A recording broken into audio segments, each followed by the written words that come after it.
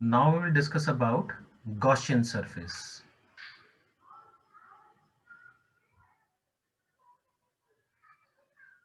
Gaussian surface. It is the arbitrary या assumed, जिसको तुम बोल सकते हो arbitrary क्या, assumed surface around the charge.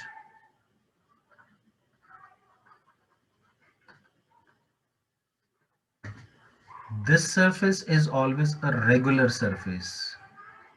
ये एक arbitrary assumed surface है, ठीक है, अराउंड द चार्ज जो हमने एज्यूम किया, ये हमेशा क्या होगा, रेगुलर होगा, रेगुलर सरफेस होगा और 3D सरफेस होगा। तो क्या कंडीशन है गॉसियन सरफेस की, या क्या कैरेक्टरिस्टिक्स हैं गॉसियन सरफेस की? पहली कैरेक्टरिस्टिक्स है कि ये arbitrary assumed spherical not spherical, assumed surface होगा चार्ज के आसपास। ये एक रेगुलर सरफेस होगा। रेगुलर सरफेस का मतलब क्या होता है, जिनके लिए फॉर्मूला अवेलेबल होता है। जैसे मैं एग्जांपल देता हूं तुम्हें, क्यूब, सिलेंडर, क्यूबॉइड,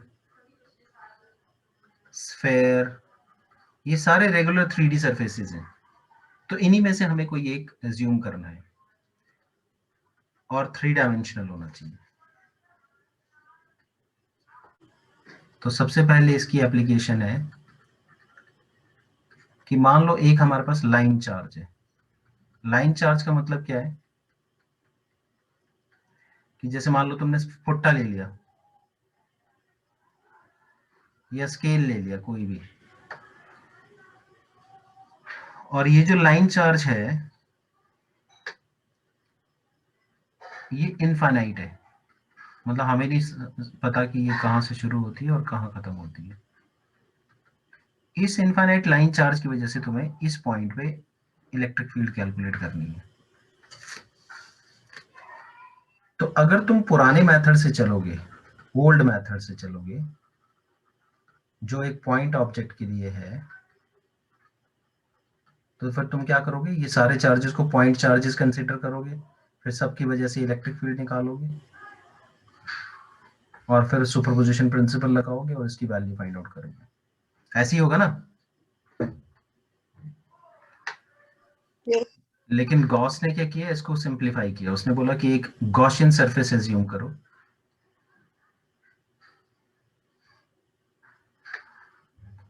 और एक लाइन के आसपास हम कैसा गॉसियन सरफेस एज्यूम कर सकते हैं, सिलेंड्रिकल। मैंने कहा था ना, गॉसियन सरफेस जो होना चाहिए वो एक रेगुलर सरफेस होना चाहिए।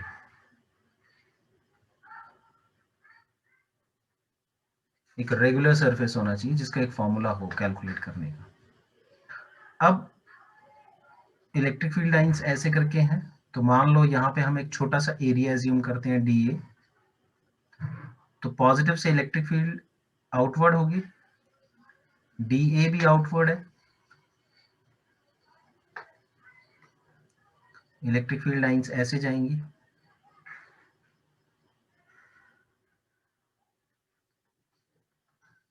तो क्या एंगल है इलेक्ट्रिक फील्ड और एरिया के बीच में? Area is in this direction and the electric field is also in the same direction. This is the area vector and this is electric field. So here angle is equal to 0 degree. So if you want to calculate the flux passing through area dA1, flux 1 through area dA1 is EdA1, and that is a small flux because the area is small.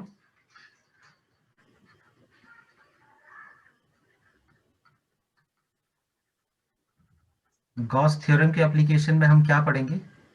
Application क्या मतलब क्या होता है? उसे apply करना।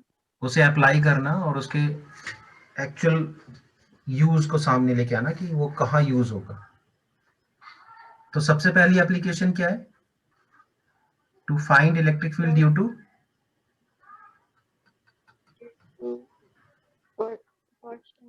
Infinite line charge. लेकिन actual में इसने फ्लक्स के फॉर्मूला के थ्रू इलेक्ट्रिक फील्ड कैलकुलेट करने का तरीका बताया।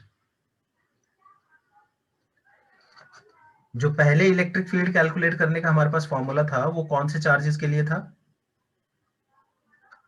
Point charge. Point charge. तो क्या ये लाइन एक पॉइंट चार्ज है? No sir. नो, ये तो एक्सटेंडेड ऑब्जेक्ट है, बड़ा ऑब्जेक्ट है ना। और लिखा भी क्या है? Infinite, infinite line charge. मतलब इसकी शुरुआत और इसका अंत किसी को पता नहीं है कि ये लाइन चार्ज कितनी लंबी है। लेकिन हमने इसका एक छोटा सा हिस्सा एज्यूम किया, इसका एक छोटा सा हिस्सा एज्यूम किया जिसकी लेंथ l है और उसके आसपास एक गॉसियन सरफेस एज्यूम किया। क्या एज्यूम किया?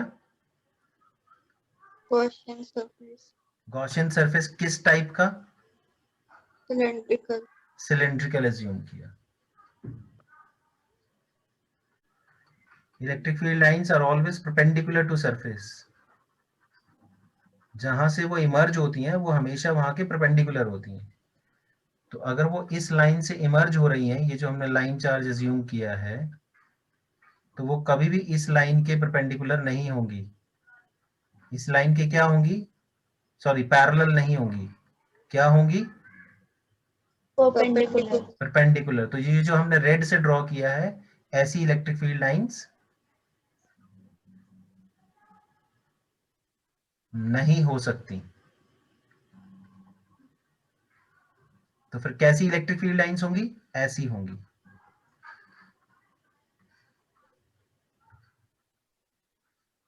ऐसी इलेक्ट्रिक फील्ड लाइंस होंगी, दोनों तरफ हो सकती हैं, लेकिन हाँ, इस तरफ भी हो सकती हैं और इस तरफ भी हो सकती हैं, लेकिन कभी भी इस सरफेस के पैरेलल नहीं होंगी।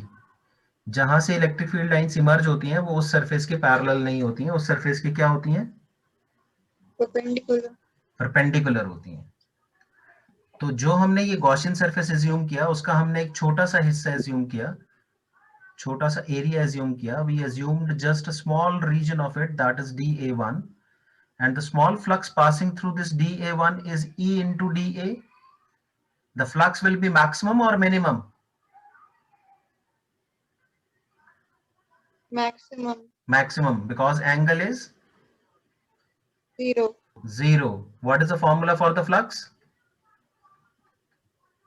EA cos theta. EA cos theta. So you will write a consideration in the beginning of it that I am not writing. You will write, consider a infinite line charge having a positive charge on it. The linear charge density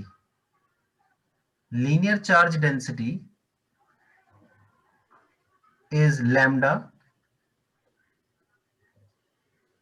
The linear charge density is charge per unit length. That is a linear charge density. What is linear charge density? You can note it down. Charge per unit length. Unit length का मतलब 1 centimetre में या 1 metre में या 1 kilometre में, तो unit length. तो यहाँ पे हम पर सेंटीमीटर या पर मीटर कंसिडर करेंगे। तो हमने ये माना कि इसके 1 सेंटीमीटर में जो चार्ज है वो लैम्डा है। तो L सेंटीमीटर में कितना चार्ज होगा कि 1 सेंटीमीटर में जो चार्ज है वो लैम्डा कूलम है। तो L सेंटीमीटर जो इस गॉसियन सरफेस ने इसकी लेंथ कवर कर रखी है, L सेंटीमीटर, उस L सेंटीमीटर का टोटल चार्ज कितना होगा?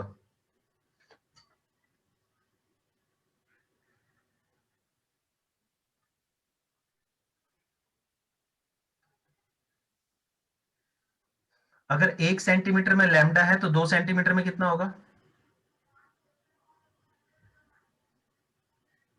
2 लैम्डा। 2 लैम्डा। 3 सेंटीमीटर में कितना होगा? 3 लैम्डा। 3 लैम्डा। तो L सेंटीमीटर में कितना होगा? L lambda. L lambda। हम टोटल चार्ज नहीं ले सकते ना कि इसमें पूरी वायर का टोटल चार्ज थोड़ी लेंगे हम, क्योंकि जो गॉसियन सरफेस कवर करेगा उतना ही चार्ज लेंगे। अगर तुम्हें स्टेटमेंट याद हो, the charge enclosed by the Gaussian surface, तो ये जो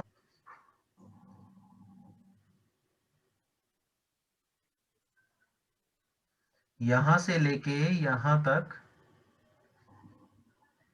इस वायर का अगर चार्ज कैलकुलेट करना हो तो कितना होगा, तो इसके लिए हमने उसकी डेंसिटी कंसीडर कर ली कि 1 सेंटीमीटर में कितना चार्ज है। तो हमने बोला 1 सेंटीमीटर में मान लो लैम्डा है, तो जितना जितना लेंथ हम कवर कर रहे हैं वायर की गॉसियन सरफेस के अंदर, उसकी लेंथ है L, तो उसका कितना टोटल चार्ज होगा,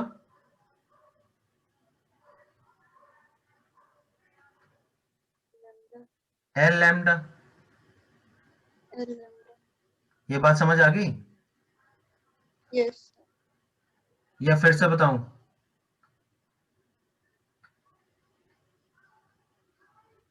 क्या पढ़ रहे हैं हम लोग?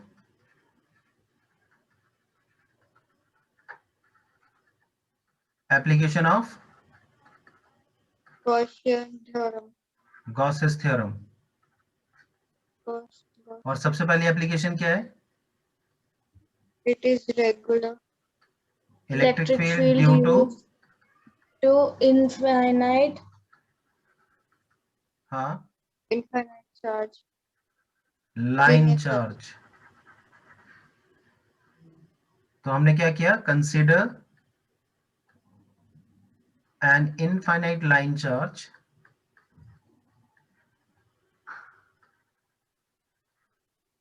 Of charge density. कितनी चार्ज डेंसिटी अज्यूम की? L charge density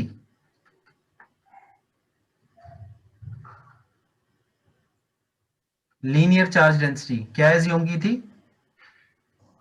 lambda. Lambda.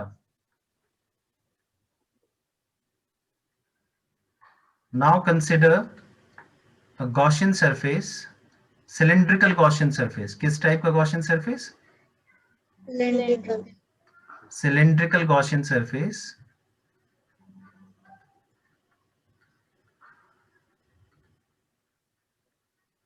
Of height या लेंथ, तुम कुछ भी बोल सकते हो, cylindrical Gaussian surface of height L। तो अगर ये एक इनफाइनाइट वायर है जिसपे charge positive positive positive positive positive positive positive है, तो इसके आसपास जो तुमने गॉसियन सरफेस एज्यूम किया उसकी लेंथ कितनी एज्यूम की? L L। तो ये कितनी वायर अपने अंदर कवर करेगा? उस वायर की लेंथ भी कितनी होगी? L L। तो चार्ज कितना होगा उस L लेंथ वायर पे? L lambda L lambda.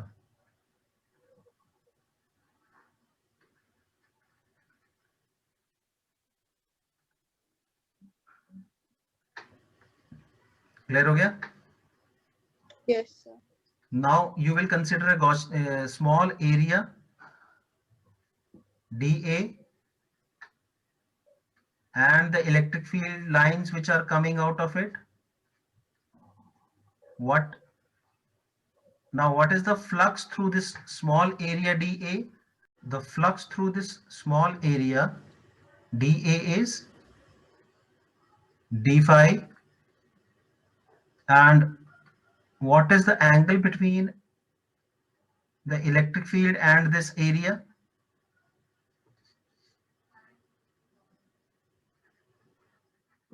Angle between direction of electric field and area? 0 0.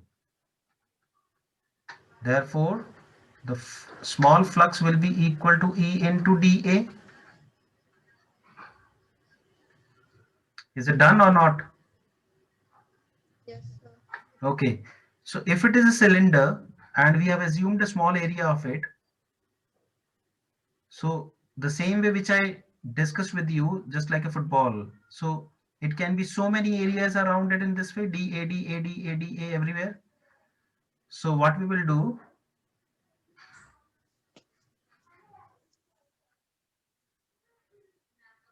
to find the total flux,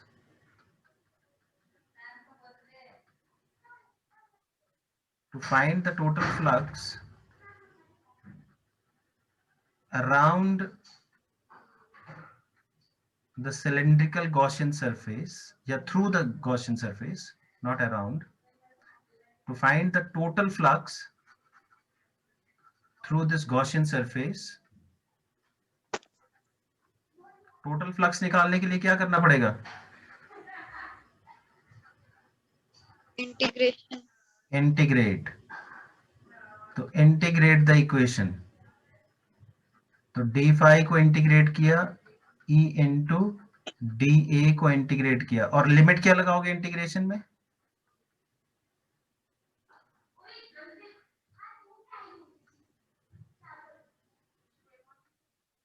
integration में लिमिट क्या लगाओगे?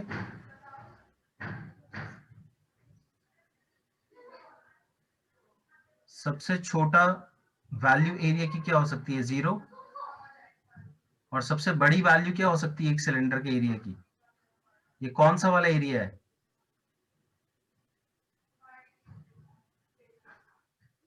जैसे तुम चाय का कप देखते हो ना, तो चाय के कप के आसपास का जो ये एरिया होता है, the one which is placed on the table is not included, मतलब जिसको मैं रेड से देख रहा हूं वो वाला इंक्लूड नहीं होगा, ना ये पार्ट इंक्लूड होगा और ना ये पार्ट इंक्लूड होगा,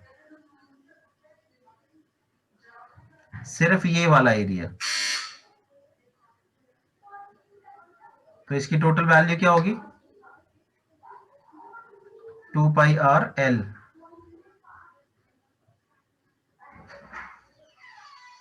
यस. ठीक है, तो जब तुम इसको सॉल्व करोगे तो ई तो कांस्टेंट है, बाहर आ जाएगा, और इंटीग्रेशन का 2 पाई आर एल आ जाएगा अंदर। तो ये हमारे पास आ गया total flux which is coming out of the cylinder, that is 2 pi r L.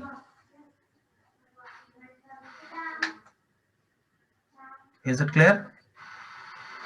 Yes, sir. Okay. Now, according to Gauss's theorem, Gauss's theorem के अकॉर्डिंग फ्लक्स के लिए क्या फॉर्मूला था?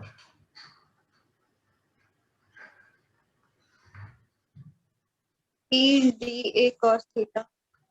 नहीं, वो तो Gauss's theorem नहीं थी, Q upon epsilon naught.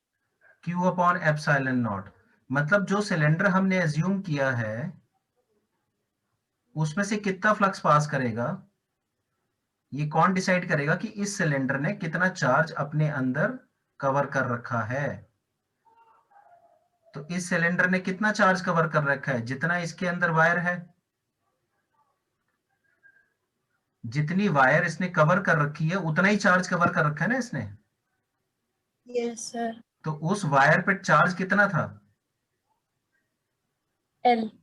L Lambda into L. Lambda. तो lambda L upon epsilon not.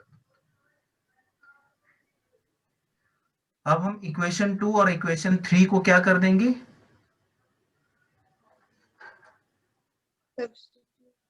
Equate कर देंगे, क्योंकि LHS इक्वल है ना। Yes. LHS are equal. Method अलग अलग है फ्लक्स निकालने के, लेकिन फ्लक्स तो सेम ही रहेगा। Yes, sir. तो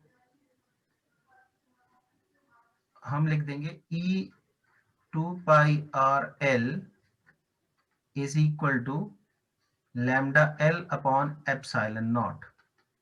तो E is equal to lambda L upon 2 pi r epsilon naught into L। L से L कट गया, तो क्या फॉर्मूला आ गया हमारे पास? 2 पाई एप्सिलॉन आर। इससे हम इलेक्ट्रिक फील्ड फाइंड आउट कर सकते हैं एक इनफाइनाइट चार्ज लाइन की वजह से, लाइन चार्ज की वजह से, इनफाइनाइट लाइन चार्ज। और कितने डिस्टेंस पे? ये डिस्टेंस है कि जैसे मान लो